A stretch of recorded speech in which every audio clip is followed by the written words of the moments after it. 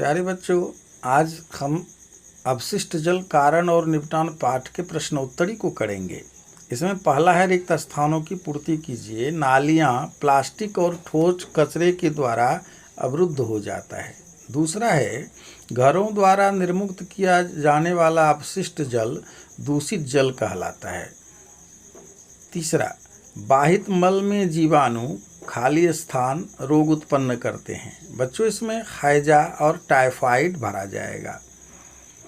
चौथा प्रश्न है अपशिष्ट जल उपचार के सह उत्पाद डैश और डैश हैं। खाली स्थान में हम लोग दोनों में भरेंगे बायोगैस और स्लज हैं। अगले दूसरे प्रश्न में खंडों में दिए गए शब्दों का मिलान खंड ब से करना है। इसमें खंडों में है अकार्बनिक अशुद्धियाँ, जीवाणु, पोषक तत्व और कार्बनिक अशुद्धियाँ, जबकि खंड व में है फास्फोरस, नाइट्रेट धातुएं, गौ में हैजा, टाइफाइड और घ में मानव मल और यूरिया। इसमें सही रूप से देख करके हमें लगाना है। अकार्बनिक अशुद्धियाँ नाइट्रेट धातुएं, जीवाणु से हैजा टाइफाइड का जोड़ा होगा, पोषक तत्वों में फास्फोरस का जोड़ा होगा और कार्बनिक अशुद्धियों में मानव मल और यूरिया का होगा। बच्चों 3 नंबर प्रश्न में है सही उत्तर के आगे टिक का चिन्ह लगाइए। दूषित जल में ऑक्सीजन का मात्रा स्वच्छ जल की अपेक्षा है ना इसमें बराबर होती है, आंसर होगा। दूसरा है वर्मी कंपोस्ट तैयार होता है। विकल्प है जीवाणु से, विषाणु से, दीमक से और केचुआ से। बच्चों, आपने पढ़ा है केचुआ से, इसका सही उत्तर होगा। अगला प्रश्न हमें है जैव और निम्नलिखित कचरा का उदाहरण है। क फलों के छिलके, ख मलमूत्र, ग फल पौधों के अवशेष और घ पॉलीथीन की थैलियाँ। आप देख रहे हैं, इसका सही उत्तर है घ पॉलीथीन की थैलियाँ।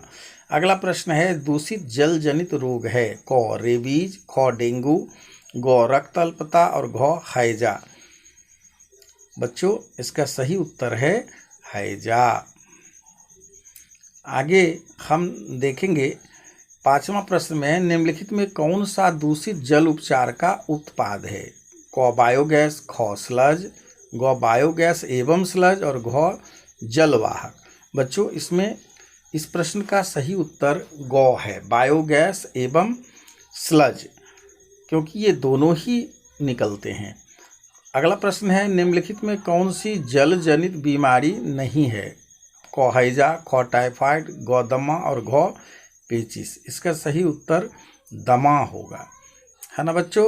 इसका सही उत्तर है दमा।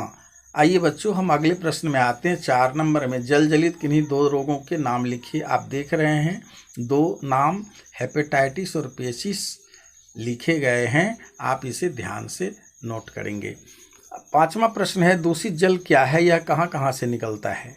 आंसर है मानव के विभिन्न दैनिक कार्यों में जल के उपयोग के उपरांत इसे नालियों में बहा दिया जाता है। इसी जल को हम दूषित जल कहते हैं। दूषित जल घरों, विद्यालयों, अस्पतालों, कारखानों आदि से निकलता है बच्चों, है ना, जो कि नालियों में बहता रहता है। अगला प्रश्न है 6 नंबर में जैव निम्नलिखित कचरे के 3 उदाहरण बताइए। जैव निम्नलिखित कचरा मतलब कि जो सड़ गल के पुनः मिट्टी में मिल जाता है। तो इसका 3 उदाहरण है पौधों के अवशेष, फलों और सब्जियों के छिलके और गौ मानव मलमूत्र। अगला प्रश्न 7 है बच्चों खुली नालियों के जाम होने के मुख्य कारण क्या हैं। आप देखते हैं बच्चों कि नालियाँ जो हैं वो जाम हो जाती है, पानी आदि जमा रहता है, क्योंकि उसके अंदर प्लास्टिक, पॉलीथीन थैली, संश्लेषित रेशे के कपड़े, लकड़ी, पत्थर आदि फेंका जाता है, जिससे कि यह जाम हो जाती है बच्चों। अगला प्रश्न है बच्चों शहरों में नगर निगम का कार्य बंद हो जाने पर क्या होगा। तो उत्तर है इसका नगर निगम का मुख्य कार्य अपने क्षेत्र को स्वच्छ एवं स्वस्थ बनाए रखना है।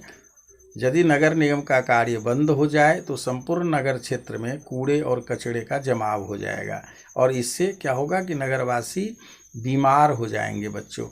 तो इसलिए जो है नगर निगम का कार्य बहुत ही महत्वपूर्ण हो जाता है कि नगर निगम अपने क्षेत्र में रहने वाले लोगों के अपशिष्ट एवं बाहित मल के निकास और निपटान प्रकाश की व्यवस्था आदि जैसी हर नागरिक सुविधाएं भी प्रदान करता है। नगर निगम के कार्य बंद हो जाने से उनके क्षेत्र में रहने वाले नागरिक हर प्रकार की सुविधाओं से वंचित भी हो जाएंगे बच्चों, क्योंकि यह नगर निगम का ही दायित्व होता है। अगला 9 नंबर प्रश्न है, अशुद्ध जल को साफ करने वाले 3 पदार्थों के नाम लिखिए। आंसर में है बच्चों, जो उपयोग में लाया जाता है, पहला है फिटकिरी या इसको एलम कहते हैं, दूसरा है क्लोरीन टैबलेट और तीसरा ओजोन गैस से भी जो है बच्चों जल को साफ किया जाता है। अगला प्रश्न है, वर्षा के दिनों में आप पेयजल कहाँ से प्राप्त करते हैं तथा उसे कैसे शुद्ध करते हैं। बच्चों, आप गांव में रहते हैं तो गांव के लोग कुआं, चापाकल, झरनों आदि से अपना पेयजल प्राप्त करते हैं और इसे शुद्ध करने के लिए इसे छानकर फिर उबाल लिया जाता है और फिर से छानकर पिया जाता है। यदि इसे फिटकिरी के द्वारा साफ कर लिया जाए तो उसमें निलंबित अशुद्धियाँ भी जो है वो साफ हो जाती है और पानी अत्यंत स्वच्छ और उपयोगी पेयजल के रूप में हो जाता है बच्चों। अगला प्रश्न 11 है, जल को दूषित होने में कौन से कारक जिम्मेवार होते हैं। बच्चों, अनुपचारित मानव मल जो लोगों के द्वारा खुले में त्याग किया जाता है, यही जल को दूषित होने के लिए मुख्य रूप से जिम्मेवार होता है।